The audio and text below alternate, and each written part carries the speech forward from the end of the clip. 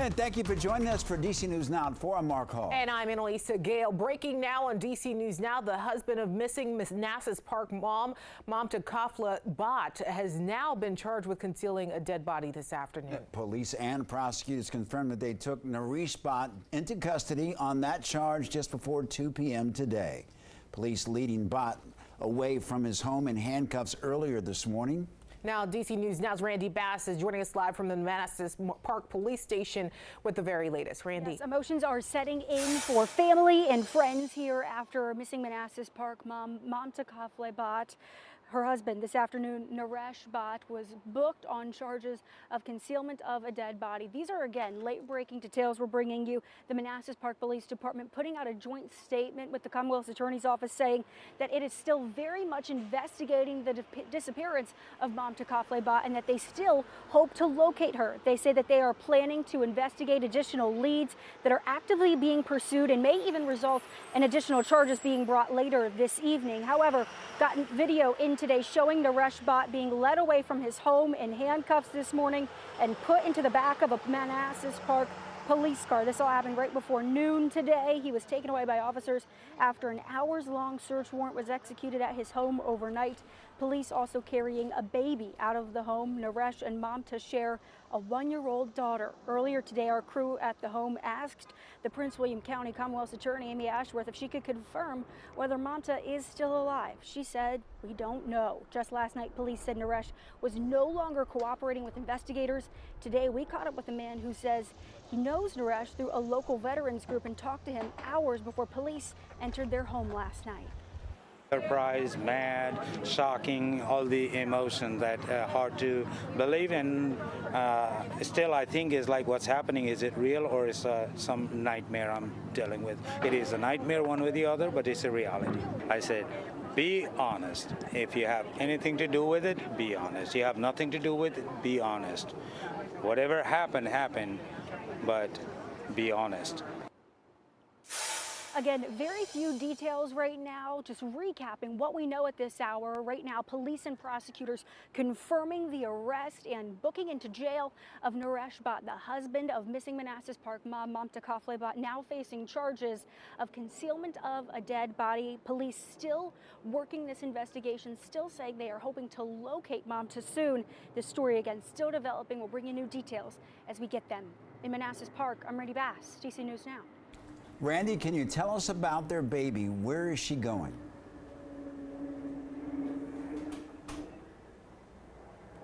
Yes, so their 1-year-old daughter, Nima, she actually just turned a year old earlier this week. Her mother now missing for more than 3 weeks. Police and prosecutors confirming to DC News Now this afternoon her daughter Nima is okay and has now been taken into the custody of social services. They will attempt to find an appropriate and qualified caregiver for her. We also heard from community members this afternoon who are working with Nepali authorities to try and bring Mamta's mother here to the United States so that way she can also help to care for this young child. Back to you. Randy Bass, thank you. More breaking news. D.C. police say that a man walked himself to a hospital after being shot in Northeast. Detectives are now looking for 3 men last seen in a white or gray sedan. The crime scene is at the corner of I Street and 17th Street, not far from the Safeway there. We're told the man is conscious and breathing. And caught on camera, a car crashes straight into a Whole Foods parking garage, damaging the Wawa beneath. Now, these dramatic photos are from this morning in Tenleytown. You can see the car dangling from the upper level next to the Whole Foods on 40th Street there.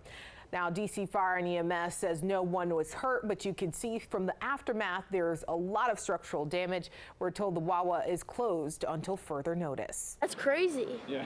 I wonder, like, is it going to be like this for a while? There's a hole in the Wawa. That is about to be a more degenerate behavior. A hole in the Wawa. People need Wawa. Yeah. They say America runs on Dunkin'. Have you heard of Wawa? People are crazy about Wawa. Well, there's no word yet on when the Wawa will reopen. We'll keep you updated.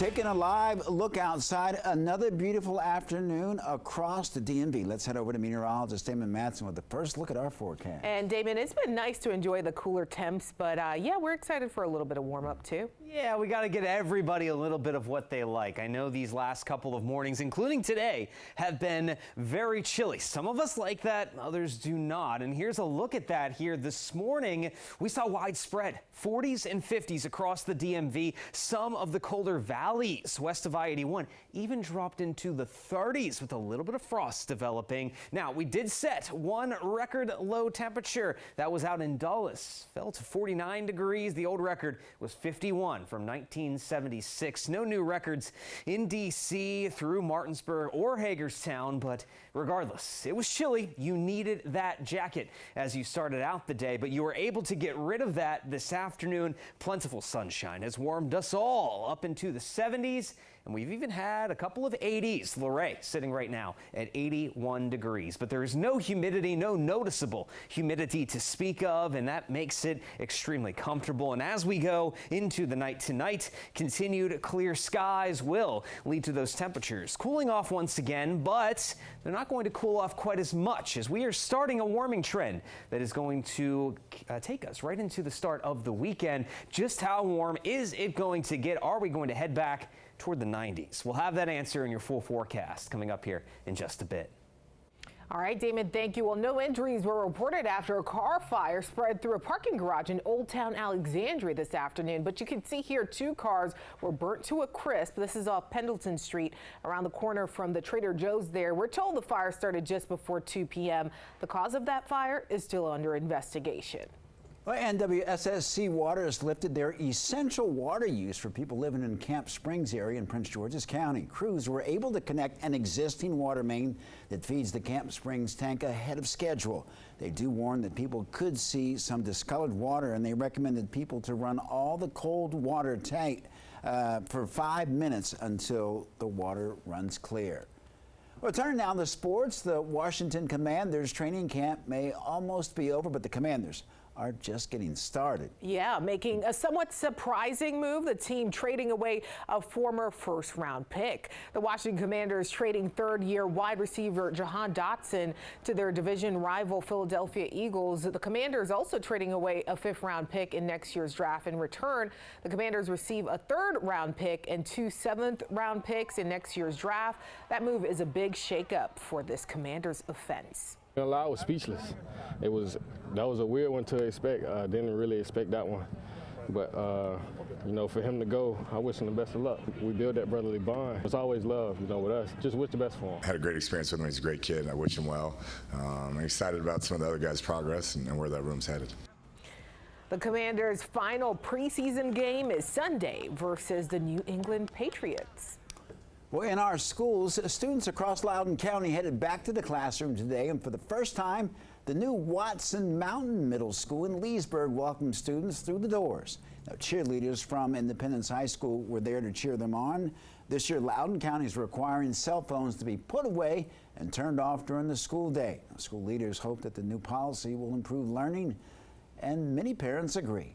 I don't think there's any reason a kid should have a cell phone in a classroom. It's a distraction. It takes away from learning. I think it's actually super smart because then kids will be able to focus on their work and having fun instead of just scrolling through TikToks all day. And this year, Watson Mountain Middle School is only open to 6th graders. 7th and 8th graders will join over the next 2 years. All right. Well, new this year in the district, drivers caught illegally speeding past a stop school bus will now face a $500 fine. That's if the stop arm of the school bus is activated and the lights are flashing. D.C. adding cameras to 25 school bus stop arms as part of that new program to protect students. Well, as students return to the classroom in Berkeley County, West Virginia, there are new penalties for drivers who zoom past school buses there as well. Transportation officials saying a driver who doesn't stop could face fines, suspension of their driver's license, or jail for a repeat offense. It is very, very important to make sure you're aware that, you know, we are loading and unloading and stopping because, you know, those are our children. We don't want anything to happen. Most accidents across the United States happen at school bus stops with children. In West Virginia, first-time offenders who ignore a school bus stop sign could face a 60-day driver's license suspension. Well, in the district, it's offering vaccinations and school supplies at no cost ahead of the first day of school. Health Department is holding a community day and wellness fair this weekend, and it also includes free dental screenings, free clothes, and free produce. Now, residents can also enter a raffle for a chance to win a 50-inch flat screen TV. The fair is this Saturday from 2 to 6 p.m. at the Marshall Heights Community Development Organization in Northeast. The first 2,000 residents who show up will get a free lunch. And a reminder to public school students in the district, you are required to have up-to-date vaccines before heading back to school on Monday. And we have a link to what vaccines students need and places offering them for free. Right now, you can visit our website at dcnewsnow.com. DC News Now is your local election headquarters. Last night was Maryland Governor Wes Moore's turn to give a speech at the Democratic National Convention in Chicago. Yeah, the governor focused on Vice President Kamala Harris's response to the Key Bridge collapse in Baltimore back in March. The governor said that Harris was one of the first people who called him the day after the disaster. The first phone calls that I got that morning started with these 3 words: Gov, it's Kamala. She said, I know you spoke to the president, and I want you to know we are here with you every step of the way. We'll have a full recap of what to expect tonight coming up in our next half hour.